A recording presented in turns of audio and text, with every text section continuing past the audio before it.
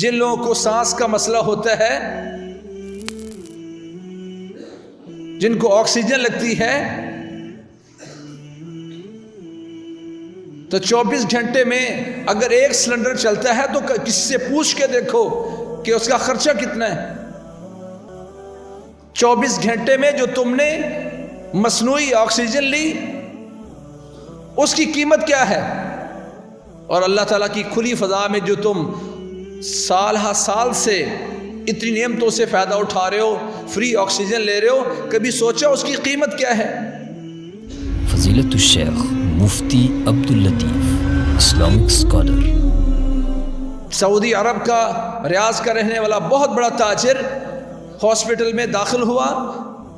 جب وہ واپس نکلنے لگا تو کہا جی آپ کو مصنوعی آکسیجن ہم نے لگائی تھی، سلنڈر لگے آپ کو، تو اس کا 1800 ریال اس کی اجرت بنتی ہے، وہ ادا کریں۔ پوچھا یہ کتنے وقت کا ہے؟ تو انہوں نے بتایا یہ 24 گھنٹے میں آپ کا یہ خرچہ ہے آکسیجن کا جو آپ نے لی ہے،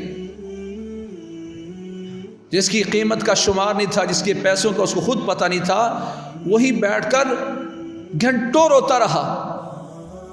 لوگ بڑے پریشان ہوئے، اتنا سخی، اتنا مالدار، اور 1800 ریال دینے پر یہ رو رہا ہے۔ تو لوگوں نے پوچھا آپ اتنے چھوٹے دل والے تو نہیں تھے، 1800 ریال دینے پر آپ رو رہے ہیں؟ کہتا میں اس بات پہ نہیں رو رہا، میری عمر اب 60 سال کے قریب ہے، 60 سال اگر 24 گھنٹے میں 1800 ریال کی مجھے آکسیجن لگی ہے تو میں شمار کر رہا ہوں کہ 60 سال میں نے اللہ تعالیٰ کی جو فری آکسیجن لی ہے کبھی اس میں سے کچھ دیا؟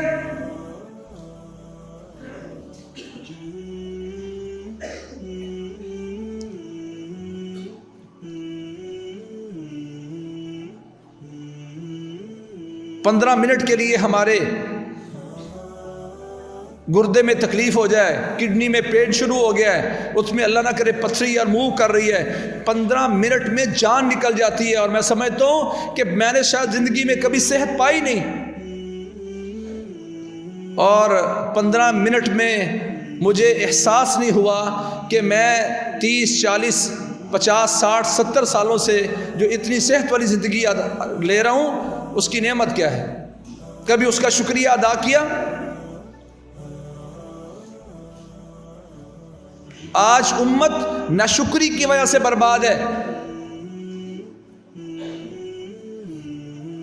کوئی مہنگائی میں پڑا ہوا ہے، ہم بڑی تنگ زندگی بسر کر رہے ہیں، مسائل میں ہم گھرے ہوئے ہیں، حالانکہ اسلام نے مسلمان کو یہ بتایا تھا۔ اللہ کے نبی فرماتے ہیں ٹھیک ہے اگر کسی کے پاس مال کم ہے تو پازیٹیو سوچ کیوں نہیں لیتا؟ فرمایا اقل للمال قلت المال اقل للحساب، یہ پیارے پیغمبر کی حدیث ہے، قلت المال اقل للحساب، اگر تمہارے پاس مال کم ہے تو قیامت کا دن ہوگا رب کائنات تمہارا حساب بھی اتنا ہی کم لیں گے۔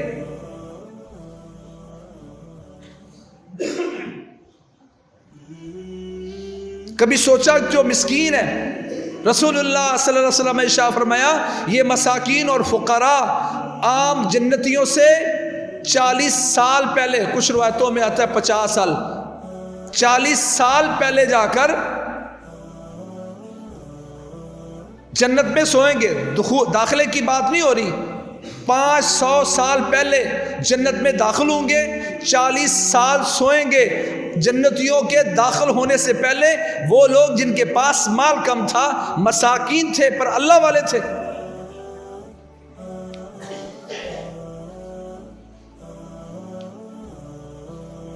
فقراء المہاجرین سب سے پہلے جنت میں جائیں گے، کہ جنہوں نے دنیا میں بڑی آدھا دن، اگر وہ 1000 سال کا دن ہے تو آدھا دن 500 سال کا بنتا ہے، یہ 500 سال آدھا دن پہلے جنت میں جائیں گے اور 40 سال تک آرام کریں گے۔